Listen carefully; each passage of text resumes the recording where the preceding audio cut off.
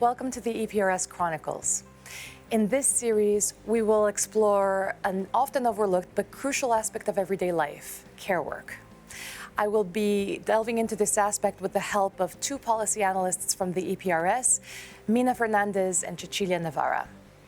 In episode 1, we will look more specifically at unpaid care work. I am joined now by Meena. Hello, Meena. Hello. Welcome. Thank you. Thank you for being with us. And let's start by defining what it is we're here to talk about. Can you tell me what care work is? Sure. So care work is the work done to support vulnerable people in our society. These are children, the elderly, and persons with disabilities. And the work is to support them in their everyday essential activities, such as eating, bathing, and getting dressed. All have received care at some point in our lives. And also, many of us are providing care within our families, or we depend on care being provided by professional providers. Care work defines who we are, and also as a society. Without care, other work would not be possible. Yet this work is largely invisible, especially unpaid care work. Well, and this is what we're here to talk about today. So Yes. Can you tell us what unpaid care work is? Sure.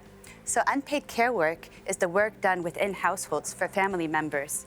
Unpaid care work includes activities like taking children to school or providing meals to elderly family members.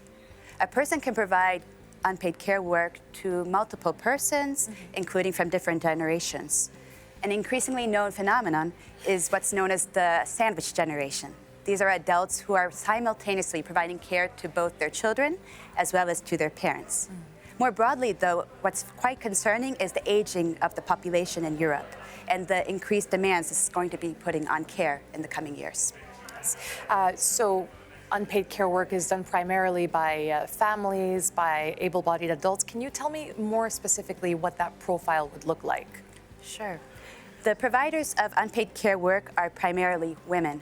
In fact, an estimated 9 out of 10 women in the EU provide care on a daily basis as compared to 7 out of 10 men. In terms of hours, the gender gap is even more large. So women provide twice as much care in the household as compared to men.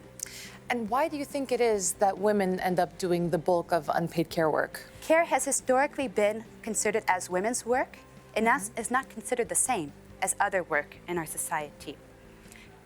This actually became more clear during the COVID-19 pandemic, during the lockdowns especially, when women took on a larger share of additional care needs that emerged during this time.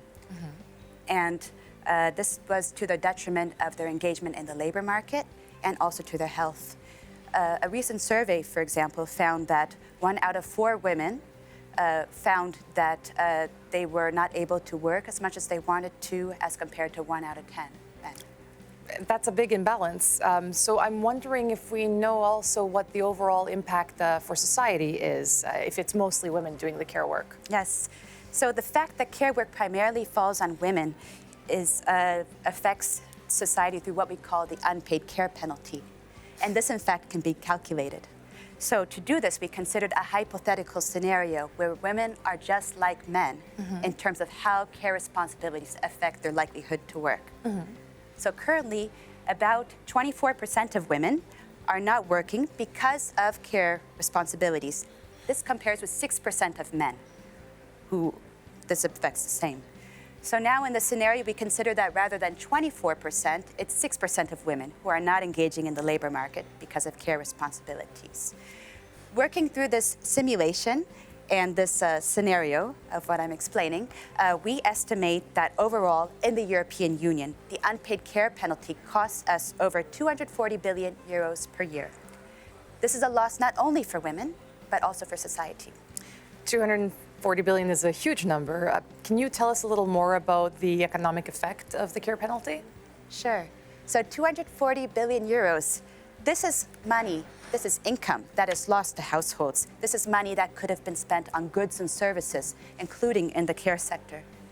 To put this figure in context, let me bring up another issue which is quite present in today's news, which is the energy crisis and the need to gain independence from Russian fossil fuels. The European Commission has come up with a plan, Repower EU, which is intended to support us in this effort.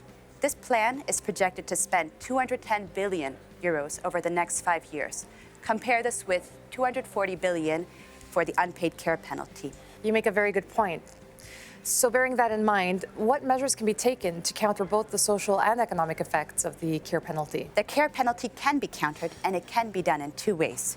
We could do better in recognizing the value of care work done in households. We can also do better in promoting a better balance between men and women in providing care work within the households. But neither of these can be done without policy change, and there are a range of options. Such policies could include measures on employer leave policies for both men and women to allow for more flexibility and to allow people to meet their competing responsibilities. Policies could also increase the availability of both financial and non-financial support to unpaid care workers. Thank you very much, Meena. In episode 2, I will be joined by Cecilia Navarra, policy analyst at the EPRS, to talk about paid care work, its precarity as compared to other sectors of work, and what measures can be taken in order to redress this.